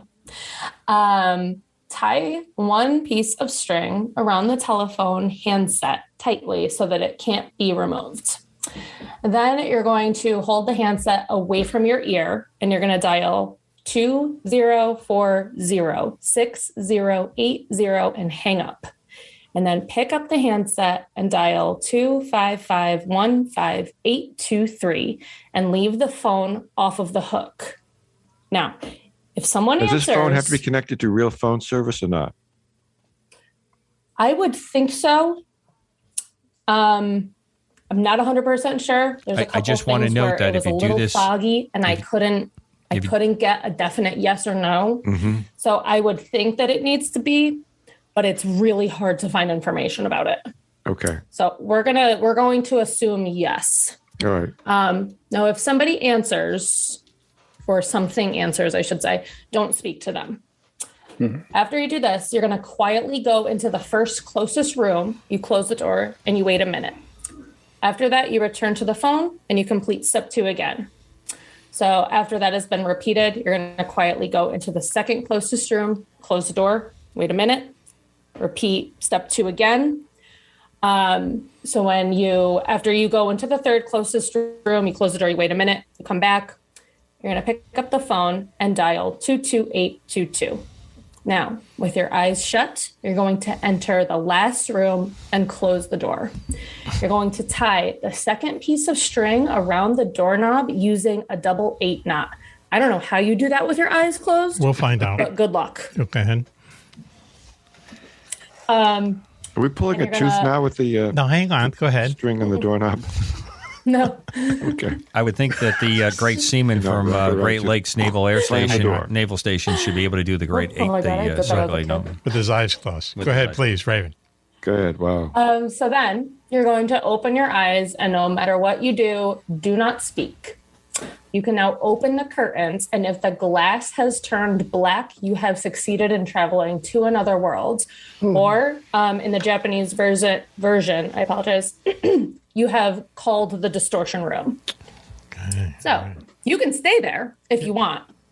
I mean, that's 100% up to you. Go ahead. If this is something that you're full into doing. But if you decide that this is not for you, there is a way to end this game and return to Earth. So in the room you're in, look for a note containing an 8-digit number. And this is going to be different for everyone. Go ahead. So if you can find the note, memorize the number and repeat it over and over in your head and grasp the string on the doorknob tightly. Yes. You do not speak or let go of the doorknob or the string. I apologize. Go ahead. Even if something speaks to you or pulls on you. You're going to continue to repeat the 8-digit number over and over in your head for as long as you have to until you feel like you've returned to the real world. And at that point, you're going to open the door once you feel that it's right. Yes. So when you go out, if you can see out the windows and the doors, everything's good, you're back to normal, you're back in the real world. Okay. If the windows and everything is still black, you're not. You failed and you're basically stuck. Good luck to you. And at that point, it's kind of like good luck. I'm not sure where you go from here. Wow. Okay. This is why. Could I make a quick suggestion? You know, Coco's weighing in. Just a quick suggestion. Coco, go ahead. If that happens, dial 411. There you go. If not 911. Okay. All right. Yeah, cool. Wow. You know, it sounds like Ong's hat. In a way, remember Ong's hat? Absolutely, those crazy people in the Pinelands. So, wow. Hey, let me just go ahead, please. Go, Raven. Within 7 days, you have to burn the note containing the 8-digit number. You place the ashes in a black bag, or you wrap them in paper, and you carry those with you like forever. So forever, you have to have those with you. You know, it sounds like a lot of work. It's a lot of moving parts. What do we get out of this? Yeah, what's do we in get it? some kind of thrill or something? I'm waiting for the punchline here. I got my phone all set to go. You're in another world. You got the dial phone. That's funny. The experience of another world, but the thing is, you have to hope that you make it back. Another world on this planet, or another world? Period. No. I think we're talking about another dimension wow. or like a slip in time. So there's one more thing I read, and it's crazy.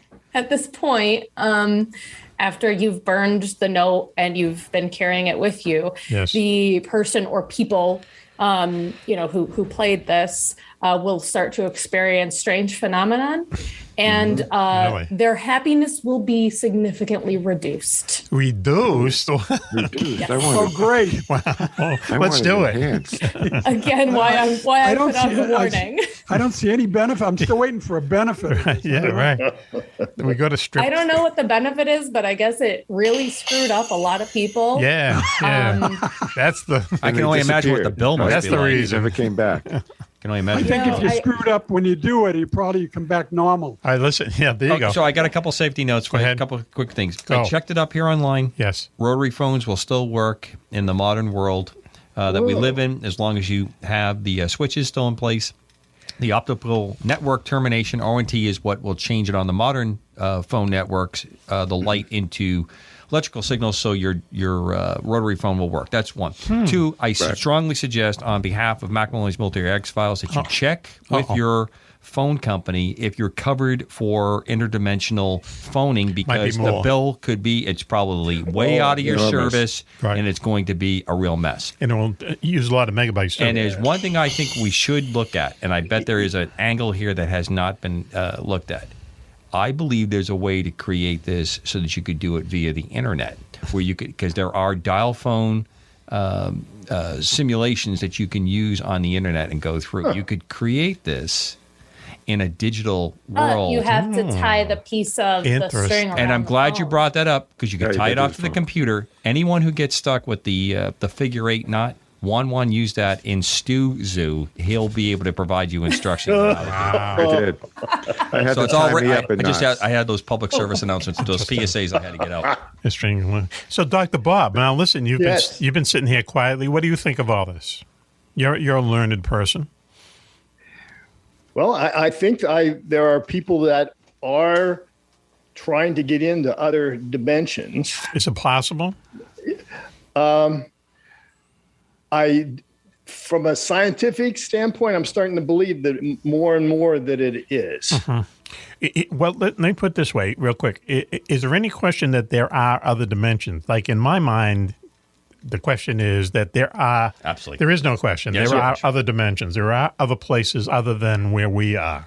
You know, whether it's not necessarily outer space or whatever. It's just like a different place than where we are, right? Do you think that's more logical than little green men coming from Mars and so on? Well, from what I've run into, there was supposedly some evidence of a parallel dimension that they found, I think it was in 1972, and they found a spot on the microwave background, that the universe has. Yep, sure. They found a spot in that universe that they think was caused by another dimension running into our dimension. Really? See, here's the thing. Let me just quickly, because I know this. So the background noise, as they call it, there's a scientific name for it, but basically what they found, AT&T, two guys at AT&T found this, is that when the Big Bang happened, it caused a lot of noise, like audio noise, but also electromagnetic noise, the works. Right. And it's always in the background. And these two guys at AT&T who were doing something completely different found out that this is this constant universal background that, in fact, when you look on a TV screen, I don't know if they even go to white anymore, but it would like snow and stuff like that. A lot of those little specks have to do with the background noise. So they can go and they can kind of look at that, and they look at the, how it was dispersed and stuff like that, and know a lot about the universe. Am I right there, Doctor? Do I pass? Yes. Okay. And then there's always, it seems to be like there's new theories coming up as to the beginning, the whole idea of the Big Bang. And recently, at least what I'm running across, is the fact that now they think that there wasn't just a Big Bang at the beginning, but there was actually a series of Big Bangs. In other words, a series of different universes that eventually evolved into what we're stuck with now. Right. Interesting. Hey, so you must have read the other day that so the James Webb Telescope that they launched just a little while ago, which is it was really expensive, a long time launching, a lot of delays, and it's way, way, way out in space. It deployed all its mirrors. Everything looks like it's going fine. Is that right, Club? The latest you've read? Yeah, That's what I read. It's unbelievable that it's so complex. But everything as of this point is working, and they're getting some stuff back. Yep. That they'll be showing us soon. I read something. So when people say, "Hey, remember the Hubble? Remember the Hubble?" They used to show photographs of it, and people go, "Wow, this is going to be like the Hubble will be like 1/100th of it." Here's two things that the James Webb Telescope can do. Number one, it will be able to look back so far into the universe because when you look at the stars and everything, you're basically looking back into time. Correct. Because it takes so long for the light to get to us. That's how vast the universe is. But they'll be able to look back into maybe what was happening before the Big Bang. Now, think about that. Okay, they'll be able to look back. What will be there, number one. Number two, it's going to have the ability to look at these exoplanets, planets we found other than in our own solar system, and detect if there's carbon dioxide in the atmosphere, and that might lead you to believe that there's some kind of civilization on the planet, So if it all works, it is the most complex piece. I try to read articles on it. I can't get more than 4 paragraphs in. It's crazy that it works. It's amazing. Who built that thing anyway? I don't know. It was NASA ran the contract. Group effort, I think. Yeah, there's a number of companies. Stanford and MIT students. Well, it had to be in Jet Propulsion Lab and stuff. Yeah, but who built it? Did Boeing? I know. I'm pretty sure it's a Lockheed and somebody else. Lockheed makes sense. Yeah. Yeah, there was an excellent segment. I think it was on 60 Minutes. About 3 months ago, all about it. They walked you through it, and it was fascinating. Astonishing, yeah. Well, I know NASA and everyone else, but it's incredible. Yeah. I mean, it's been how many years that it's taken? Listen, if it works, it's taken like 20 years to get this thing into space. Yeah. But if it works, I mean, we talk about how UFOs. Oh, it's working. It's working. I mean, if they find what they don't really talk about it, but if they really, really want to take see what they could see beyond the Big Bang. I mean, let's face it, that's the Holy Grail. And we talk about UFOs. The revelation of UFOs might ruin all religions on Earth. Maybe that's going to do the exact same thing. You know what I mean? That's going to tell us something that might be just freak us out, And if they disclose what they see, that's the question. Okay, but NASA is pretty probably stepping on a landmine here. But it's part of the CIA. They're not going to let anything out. Your manufacturers are. I'm going to get like Coco now. Okay, go ahead. Conspiracy, but. Is that a bad thing? Is that what you said with the tone like that was a bad thing? I thought you meant putting makeup on before the show. All right, so wait, when you Coco. say NASA is made up of people. So, like Mac has mentioned before, people on their deathbed, they'll say, "Hey, when I worked for NASA, this happened," and blah blah blah, and there'll be somebody with a cassette tape recorder. Yep, because he went back in time. I hate to dispel the bedside NASA. We had astronauts that came down and talked about it long before they died, and it was dismissed or put off to the side. So, just to get the data, manufactured Northrop Grumman, Ball Aerospace, and L3 Harris are the three primes. It is a 20-year expected duration for the mission. 10 years are planned, 5.5 years for the primary mission. And so far, 4 months and 8 days has elapsed. Yeah. And everything's working, which is weird because with the Hubble, not everything worked. You remember the Hubble, they actually sent it up there with like the wrong mirror. And so the astronauts had to go up there and put the real mirror in it. But before we go unfortunately, this one's too far away. No one can get to it. Repairs. You have to have one of those old phones. Hey, listen. You ever try putting a Princess phone in an HA acoustic coupler? This sounds dirty. What does that sound filthy? It sounds dirty. So why don't we do this? Am I right, Dr. Gross? Yes, it was. Oh, don't be so enthusiastic. Don't be pulled into the trap. You're going to get stuck in a dimension and you're not going to come back. Why don't we do this? Why don't we take a commercial break and get the hell out of this, okay? You're listening to... Pull on the string. Pull the strings. Pull the strings. Mack Maloney's Military X-Files show. Here in the Distant Thunder Radio. I'm going to watch that series, Flight Attendants. Thank you, Raven, for that. Thank you very much. And what we're going to do is let's give her a hand. That was cool. Bring us up to the minute. And you're listening to Mack Maloney's Military X-Files show here on the Distant Thunder Radio Network. We'll be right back after this. We've all heard of Area 51, the U.S. government's top secret base in the Nevada desert. But have you ever heard of Area 52 or 53 or 54? 54? How about Tonopah Test Range or the Navy's secret base inside the Bermuda Triangle? Find out about them and more in Mack Maloney's Beyond Area 51, Mysteries of the World's Most Forbidden Places. Did Richard Nixon show Jackie Gleason a crashed alien spaceship near the swamps of Florida? Is it true that more UFOs are seen over a small Scottish village than anywhere else in the world? And is there a secret place in Russia that some people think is heaven on earth?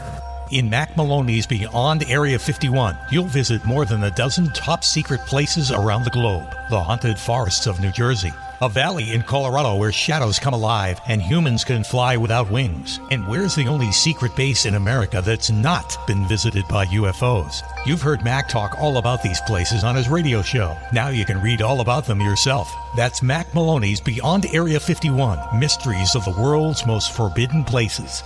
Now on sale at Amazon. Oh, you ready? If I'm allowed to say that as a Coast Guardsman, check with Club. Look that up on your light web if I'm allowed to say that. Aye. Get nasty now. Now I got to cut that out. You want to talk sailor? Let's talk like a sailor there, big guy. Poor loser. Wow. Oh, loser. Loser. You want to bring that game? Can I start the segment, please? All right. Time, please. Welcome back, everyone, to Mack Maloney's Military X-Files show here on the Distant Thunder Radio Network. This is Mack Maloney. The regulars are here tonight. Let me quickly introduce them and then explain what we were arguing about. First of all, girls, Wan. The very famous Wan is here. Wani. Hello, Mac. Hello, Mac. Hello, girls. Okay, you okay? You need oxygen? And sailors out there, all the ships at sea. Welcome to the show. Yeah, I need a breath of fresh air, if you know what I mean, after that little off-air stuff. Yeah. Anyway, girls. Off the Magic Dragon, was it? Huh? MILFs, Gils, and Gigi Gils. The commander is here. Coco is here. As always, Mac, a distinct pleasure to be on the wing. Not only is and he here, close and personal tonight. He's in the friggin' studio with us tonight. This is something that hasn't happened in years, as it turns out. Bob is happy because there has not been an appearance. I have not heard Bob tonight. How weird is this? He's probably afraid of Coco. Anyway, going up the totem pole is our security chief, Willie Clubb, is with us. Willie. That's when you're supposed to talk, Willie. I wanted you to say more in my intro, but that's all right. He looks distinguished. Anyways, he looks like Whitey Bulger. What more can I say? Go ahead. Well, I just wanted to say, the show is taking my breath away tonight. So yeah, that's what I mean. I asked, we might need some oxygen or something after the. But anyway. Get ready, Club. Get ready. Get ready. All right. I'm always ready. Okay. Someone else is always ready. I don't know what that means. Is our good friend Raven up there in Sideways, New York. How are you, Raven? Hi, my friends. Thanks for having me. Always ready to bring sunlight into the room. How's that?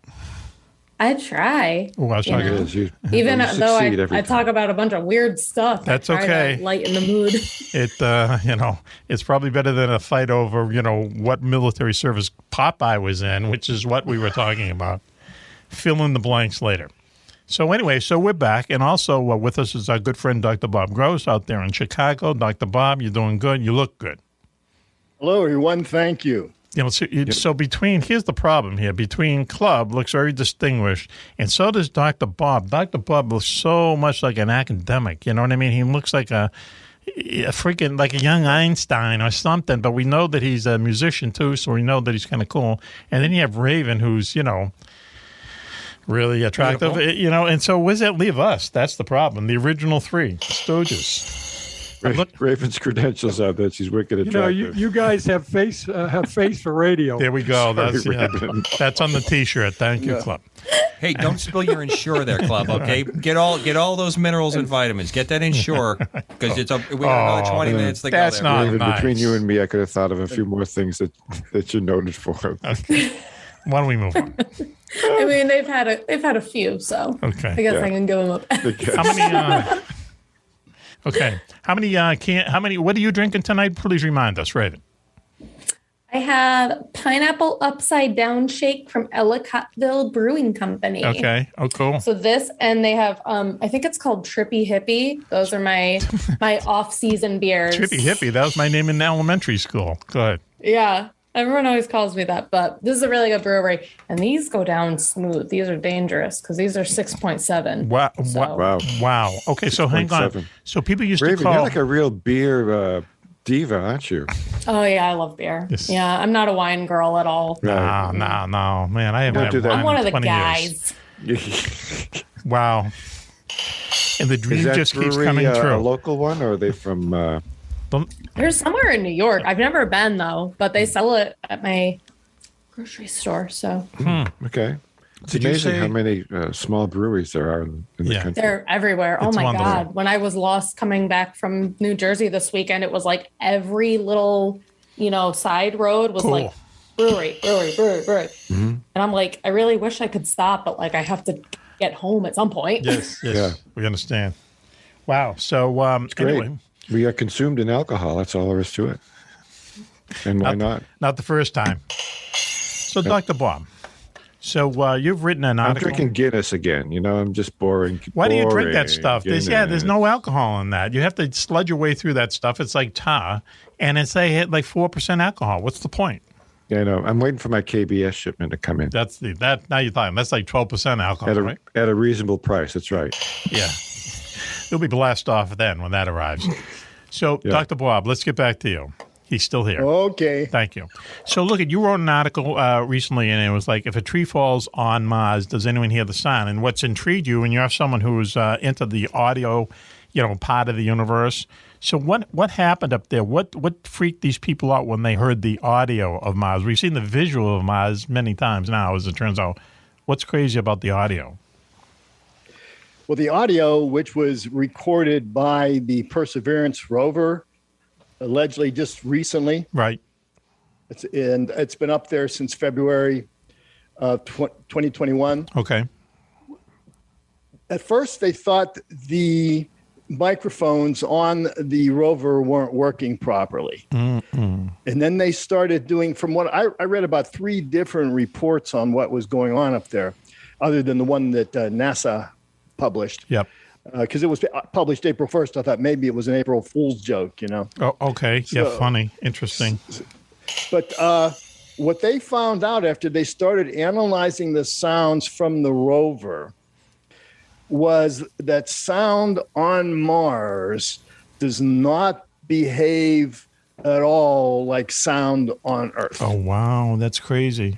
On Mars in general, okay, sound travels at about 550 miles per hour. And they think it's because of the atmosphere and because there's sound waves up, or, there's thermal waves and that up there on the surface of Mars. Yep. So, but the biggest, strangest thing is on Mars, high frequency sounds travel faster than low frequency sounds. Wow. That's wild, man. Why? And this would be like if you were, and I was figuring this all out. Go ahead. If you were like listening to an outside, let's say you were outside on Mars, you weren't inside, but if you were listening to an outside orchestra, it would sound like a zoo burning. See, I was going to say, it would really affect music and stuff, right? I mean, the rate that even like let's say that you have an orchestra outside on Mars on a stage, and you've got these big instruments like double basses and tubas that make low sounds. Yes. And then you've got little instruments like violins and piccolos that make the high sound. Yes. And they're on stage. Imagine they're on stage. And they're probably wearing some kind of spacesuit so they could, do what they did outside. Yes. It's like an outside concert in the park in Chicago. Probably free. But then you have the conductor, and he brings down his baton, and everybody starts playing at the same time. Yes. But you're either standing or sitting outside listening to the orchestra. You're going to hear the bass instruments, the bass sounds first. Last. You're going to hear the high treble sounds first. So music is impossible. Music is impossible on Mars, right? Communication is impossible. Wow, that is effed up. But why is this, though? They've never run it. Now, NASA claims they've never run into this situation on any planet in our solar system before. How do they know? Anywhere. Yeah. But why? Why is it? Why? Well, we don't have anything on any other planet. Yeah, no, they haven't been to any other planet. But that it's cold up there. Yeah. And the idea that, there's more to it than that, but the fact that there's some other types of turbulence going on Mars that they're really not sure about. And that affects the audio waves? Is that what we're talking about? Yes. But they've never experienced this anywhere before for NASA, and that's what they said prior to the Perseverance rover's landing. The acoustic environment of Mars was unknown. Now, I kind of find that hard to believe from what I experienced when I was working with NASA. Unknown. What they told me. Yeah, unknown is a word that can be, taken a whole lot of different ways, though, They must have known. Someone must have known. Like the word sailor. Oh, wow. You're going to go back. Turn the page, will you? Next chapter. But now there's other stuff, too, about the sound on Mars that they don't understand, and that is sound only travels so far, and then it stops. No way. Man, how weird is that? But it just falls to the ground. Well, wait a minute. Sound does that here on Earth, apparently, though. Now, after, again... No, but sound keeps on going forever. Research, 26 feet is as far as sound will travel on Mars, according to what And then they it have starts to so far. But then it starts to dissipate like it does here. Yes. Yes. Right. So the difference, though, is the medium that you're making the vibrations in are different. It's sort of like when you took helium and you put it into your mouth. Everyone thinks it relaxes your vocal cords. No, it accelerates because you have that gas in your throat. It accelerates the sound. Okay. And that's why it comes out high and squeaky. Okay. Because of the density of What's the that helium have to gas. do with Mars? Because you have a different density in Mars. So to me, it's not surprising that sound doesn't react the same way. What I want to know is this: why do sound waves? Why are they affected by atmosphere in the first place? Why aren't they that's just? how the wave is formed by the energy. You have to have those molecules to hit each other to transfer that energy. You have to have a medium in order to have sound. That's why you don't have any sound on the moon because there's no atmosphere. Sound. Okay, you have to have a source of vibration. Yes, hang on. You've got to have a transmitter of the sound that'll carry the sound wave. Okay, some kind of transducer. Then you have to have a receiver, which would be the human ear. Okay, like your analog, totally in the analog domain. Yeah. You don't have audio. Okay, that I understand. Right. And sound travels in longitudinal waves. Mm-hmm. That means the sound wave, it's going in the same direction as the sound's energy goes. Okay. Yes. All right. Yep. We had except it's going out in a sphere. When I used to teach students, like at Penn State, I'd say to imagine what a room would look like. Say I gave them a pill that they could take, and they could see the particles or the air molecules in the room. What a great professor! Go on, please. Go on. Yeah. Yeah. No wonder you were everyone's favorite. You're everyone's favorite professor. The room would look like a room full of ping pong balls, but every ping pong ball was connected to the next one to it with a little rubber band. Mm-hmm. Yes. Mm-hmm. So that you're standing in this room full of ping pong balls, and you push your hand out. That represents the energy from the vibrating source. And then that's how the sound wave moves. Yes. Okay. I get it. Yeah. One thing hits another. Everything keeps hitting one another. Yes. And you lose energy as you go along. Far, okay. Yep. But the energy moves. Actually, the energy is going through the ping pong balls. Yep. And that's what's happening in a sound wave. That's another thing that's different from Earth and Mars. On Earth, matter doesn't vibrate uniformly. Mm-hmm.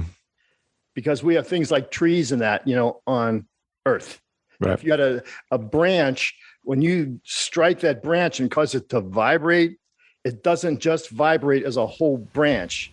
It vibrates as a whole branch, and at the same time, it's vibrating in halves and thirds and so forth, just like you were saying. Yes. Yep. Hey, listen, I have to break in here.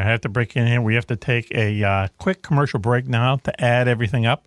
And we'll be right back after this. You're listening to Mack Maloney's Military X-Files Show here on the Distant Thunder Radio Network. We'll be right back. I was in the hospital with my son for 18 months. When he got injured, I wasn't prepared, but I knew I had to be strong. When I was told about John's injury, I was in complete shock. I just remember rushing into his room and giving him a big hug and letting him know I was there. These veterans and families are just a few of the heroes we serve at Homes for Our Troops. For thousands of severely injured veterans, everyday life is filled with barriers. It was really the little things throughout the house. Counters that you can't roll up to. I had to drag my wheelchair down steps. I want to help, but he is so determined. At Homes for Our Troops, we build specially adapted custom homes with features like wheelchair access, roll-in showers, and automatic door openers that allow them to function independently and focus on their recovery and family. This house is freedom. It's hope. It's a new beginning. This house has given me my family back. To learn more, visit hfotusa.org. We went to Mack Maloney's Military X-Files Show here on the Distant Thunder Radio Network. This is Mack Maloney. What a show we have for you tonight. But now we have to pull the ship into port, a Navy port, as it turns out, or the train into the station. Let's just quickly introduce the posse. Girls, as you know, very famous Juan is here tonight. Yes, I've been here all night. It's been fun. All night. Yeah, all night. Have you got the blanket there, the big tongue, laundered yet? Or are we waiting? No, still no. I just don't want to take it off the wall. I understand. Just, like it so much. I do. I'll launder it one of these days. Okay. Let us know, please. Or maybe can we stop by your house and launder it for you while I'm picking up your car? It's actually a beach towel. It's very nice. Yeah, it looks good. Anyway, speaking about looking good, he's here in the station with us, makeup and all. Commander Cobra. Good evening, Mac, and thank you for letting me be live with you in the studio. In the house. Right on your wing. We appreciate that. Also with us is our security chief, Willie Klepp. Willie. Hey, Mac, thanks for having me. And I'm so happy that Coco's here. He's got that red Popeye shirt on. Oh, it's really cool. Wow. Why do you have to rip the Band-Aid off? Okay. Also, hopefully they've heard the rest of the show. Also with us, bringing a ray of sunshine every show, is our favorite good witch up there in Sideways, New York. Raven is with us. Raven. Hi, thanks for having me. Let me just ask you a question, and then I'll introduce our special guest. How do you put up with this? I mean, when you sit down on Tuesday nights, you know what it's going to be like. It's fun. Is it really? It's fun. Really? I have a great time. Really? I just took 2 pictures. I put them in the group chat. Oh, good. Okay. I think they're pretty funny. But okay. Well, that would I'll let you guys be the judge. Go in the topic of the show tonight. Also with us is Dr. Bob Gross. He's a doctor. So you're a doctor of what are you a doctor of exactly? I'm a doctorate of education with a major in music education. Mm-hmm. Okay. How many years did it take you to get that? That sounds like a long... From 1975 to 1984. Wow, so almost 10 years. Wow. Okay. But you were a musician during all this. We bring this up every time you're on the show. You were a working musician making a lot of money while you were doing this, right? Yes. Okay. Usually the word musician and a lot of money don't appear in the same sentence, correct? No, I was playing almost every night, and I had 54 private students a week when I was doing that. Yeah, cool. So listen, so you have this background in music. I know that you did jazz, you did rock, you did classical, and so on. When you sit down these days, what do you listen to? Either classical or jazz, or some of the really far out stuff, avant-garde music. Yeah, really. Yeah, you get that stuff. Yeah. Do you understand bebop? Can you understand that? Can you listen to bebop? I did back when I was working in jazz. That whole bebop sound. Yeah, yes. yeah. It's kind of complicated, isn't it? Yes. Yep. Okay. So anyway, thanks for joining us tonight. We were talking earlier about an article that you wrote called "If a Tree Falls on Mars, Will Anyone Hear It?" And we got into earlier about how sound travels differently on Mars than it does on Earth, and in a way, because you're going to hear the high frequency, let's say instruments or anything different at a different time than the low frequency instruments. If you're listening to some kind of an orchestra out on the surface of Mars, it would come to you, it would arrive to you, all jumbled up, right? Is that our conclusion in a way? Yes, anything that has different levels of high and low pitches, it's going to be very confusing. Wow, that's for any kind of conversation or anything. Yeah, that's really weird. How about listen to Led Zeppelin up in Mars? What would it sound like? Do you know what I mean? And then you hear the drum parts, and you hear Jimmy Page, and then... Or do you have to record... That might be wild. Do you have to record music? That would be great. And that's just the beginning. Yeah, That's right. what I would do. Do you have to record music especially made for Mars, where you would have the bottom half, arriving before the upper half arrives, or something like that? It would probably still arrive differently, with if you're going to try to set up. If you're going to try to listen to it outside. There's strange things. Sound is not a constant, is what I'm finding out in my research over the years. Because even on Earth, sound does weird stuff. Right, Sure does. We talked about the acoustic shadow at Gettysburg. Like a lot of people, artillery was going off just over the next hill, and they told the commanders, well, start your attack when you hear the artillery. They never heard it. It was a tenth of a mile away because of this acoustic shadow. Like in 1883 with that volcano erupted, Krakatoa, that volcano in Indonesia. Yep. It was so powerful, it was so loud, it went around the Earth, the globe, 2 or 3 times before it stopped. Really? Wow. Holy cow, man. That's Didn't cool. know that. That's amazing. Yeah. Like you said, sound deteriorates after a while. It's like resistance. That's how loud it was, man. You need the medium for it to travel, but it's also provides actually resistance. The moving back of the molecules causes friction, and that's It just dissipates eventually. That's crazy, man. But Krakatoa, we were talking about how that changed a lot. It changed the climate, and then it just changed. Probably one of the most significant coolings of the planet. Yeah, Of the interesting. volcanic dust. But anyway, talk about cooling down. It's time for us to bring the ship into shore. Okay, let's start by thanking our guest and giving him a round of applause, which we will sweeten up later. Dr. Bob Goes. Always a pleasure, Doctor. To be here. Always a pleasure. Now, do you have a nurse? Do you have a nurse that works with you that can come on the show sometime? A nurse? I have the stewardess. Wow. How 2 hours ago? They're the best workers, too. Oh, here we go. They're very flexible. There you go. You took the pin out of the hand grenade there, Dr. Pop. Thank you for joining us. We really appreciate it. We'll talk to you really soon, okay? We're going to do that slit experiment at the bar room that we were talking about last. Yeah, that's in planning, okay? All right? So we'll bring you in on that to make sure that we're on the right path, okay? Thank you to Dr. Bob. Thank you, Club. Thank you, Club, for joining us. Did we pass the test? How are we security-wise I'll tonight? tell you, I got a lot of work to do after this. Really? Listening to what's going on here. That means a bill. I actually Make sure you take a nap so you can get through it. Okay. Why? Coco. Anyway, go ahead. Just keep sticking your hand in the tiger cage there, Club. Wow, over Popeye? This is all over a cartoon character, you two? We switch when you need them. The cooler? The cool. Thank you, Willie Club, for joining us. We appreciate it. Well, I appreciate you having me here and joining in on all these festivities. Mm-hmm. And we appreciate your Ukrainian flag there. Interesting. Me too. Even though we're on the radio. Well, they're the underdogs, and they're kicking ass for some reason. Maybe someday we'll find it out, but I think they have a lot, not to get into it at all, I think they have a lot of intelligence that the other side does not have. It has to be that. The will to fight. Plus, the big change was the last 10 years, they have worked very extensively with NATO troops. They don't need to have the word passed down. They're told, go over the hill and get it done. Yeah, that's right. Instead of driving up and then looking and waiting. Yeah. And boy, the latest intelligence reports say that the Russian soldiers are practically fragging their own because of the mess that they're in. So. They're in a mess. Really? They're in a mess. They created this mess that no one expected, but, the funny thing about, not funny, nothing about what was funny, but Ukraine has sunk 7 Russian ships, and Ukraine doesn't have a navy. Doing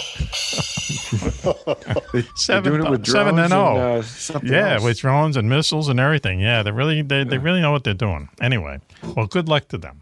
Thank you, Club. Raven, this is the saddest part of the night. We have to say goodbye to you. Thank you so much for having me. I had a great time. Okay. Oh, we love having you. Look at that smile. Look at it. Just. What about my smile, Juan? You don't like it? I love your smile. Thank you. Also, go ahead. I have to thank Coco here. Like Raven's smile, how far does a smile go? How fast does a smile transmit? At least 750 miles per hour. Speed of light, baby. At 60 degrees Fahrenheit. There you go. It's the speed of love, Juan. Okay. Speed of love. I'd have to say that Raven's got the highest Mach number of anybody here. Wow. I'll just leave it at See, that. that's filthy on another world. Well, listen. All right. Thank you, Raven, for being with us. Thank you, Coco, for being in the house. It was a privilege. It was a privilege. Okay. We have to confab up at the Sea Dog and with the post. What do they call that? Post-op briefing? Debrief. Thank you, Juan, for joining us. Juan. You're welcome. Thank you for joining Someday us. I'll be back in studio. We'll be in touch very soon. Okay. People are clamoring to see you. Clamoring, huh? Okay. Well, you're going to have a live It took him a while there. Yeah. Yes. Obviously, he was at a very low altitude when he heard that, Right. and it took a long time to reach his ears. Maybe it was that whole Mars high frequency, low frequency thing there. Could be.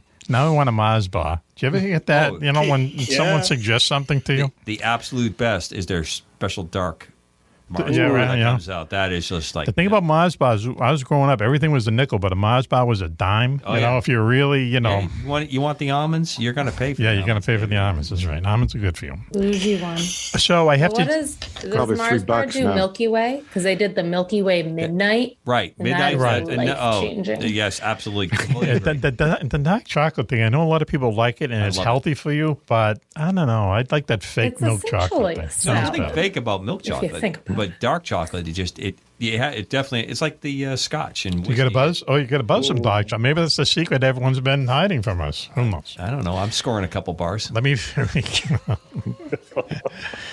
on a corner somewhere in Lawrence. I got a connection. I shouldn't say. I got a connection. Gonna have to bleep. No tone. There you go. Oh my god. Oh, Oh my that's almost cruel. Oh my! Wow. Let me give. On that, I love it. Let me give Club Oh, the he's so important. salty Hey, tonight. Club. That was Club. for Coco. This is the important salute for you. I love Whoa, he's giving you hand signals. All right, listen. Let me just do the plugs and get out of here, okay? Homestar Troops. Homestar Troops is a military organization that, let me start that again. Homestar Troops is a military organization that raises funds for war veterans of post 9/11 action is how they call it. But basically, it's the Iraqi war and the Afghan war. These are veterans who came home probably missing a limb somehow. I hate to use this word disabled, but they are. And what Homestar Troops does is they build them entire houses, homes. These things are like $450,000, $480,000. They design them in a way that it will help these people get around. Like they're all on one floor. There's not a lot of stairs. The counter is very low. People who might be in wheelchairs, whatever, it's easy access. Just make life a little bit easier on these people. And then when they build them the home, they give them the keys, they rip up the mortgage, they give them the home for free.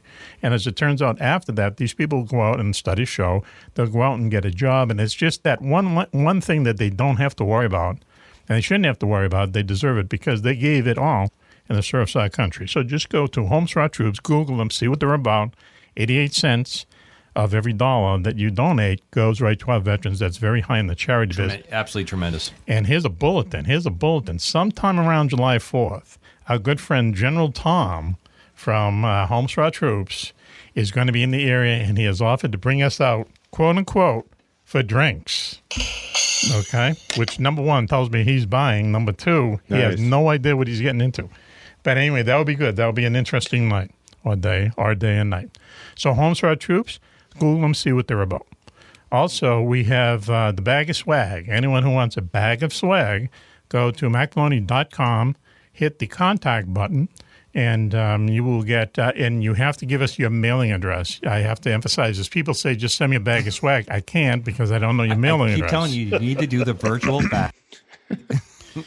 Yeah, I don't know how to do that. I'm barely able to put this stuff in an envelope and mail it. What do you mean, virtual? So anyway, in the bag of swag is a lot of different stuff, pins and buttons and barcodes. Is very, very, very, very popular. I saw them in a bar earlier tonight, as it turns out, and a whole bunch of different things, magnets and 3D decals and stuff. So just go to MackMaloney.com, hit the contact button, send us your mailing address, and you'll get a bag of swag. Also, now here's the punchline of the entire night. We have a contest going called 5 Questions for Raven. Why we said 5 and not 10, I don't know.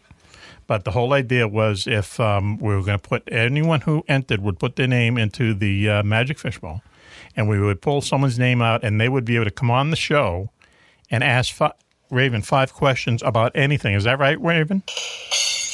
That is correct. Well, okay, all right. Well, we've had a landslide, as it turns out, of people who want to do this. So we're going to have to figure out a way. Even after eliminating one's entries. Well, that's, there was 1,000 of them there, Yeah, wait to see those. And figure out exactly how to do this. So anyway, anyone we're going to do this one more week. And so if you want to get into the Magic Fishbowl, for a chance to ask Raven 5 questions on the air, just send us your email address and say, Magic Fishbowl, I want to talk to Raven. Who knows? Nothing inappropriate, please. So at least do the best you can on that level. Those are the plugs. Coming from you, oh my Lord. There you go. I'll filter all that content right out. On that note. No worries. If Switch was here, we would have put up the picture of the wrecked train 10 minutes ago. Could have put it up 10 minutes into the show. Here we go. So anyway, thank you, everybody, for joining us. And this is Mac for the entire gang. Until you hear us next time, be safe, be happy, and... Bye-bye.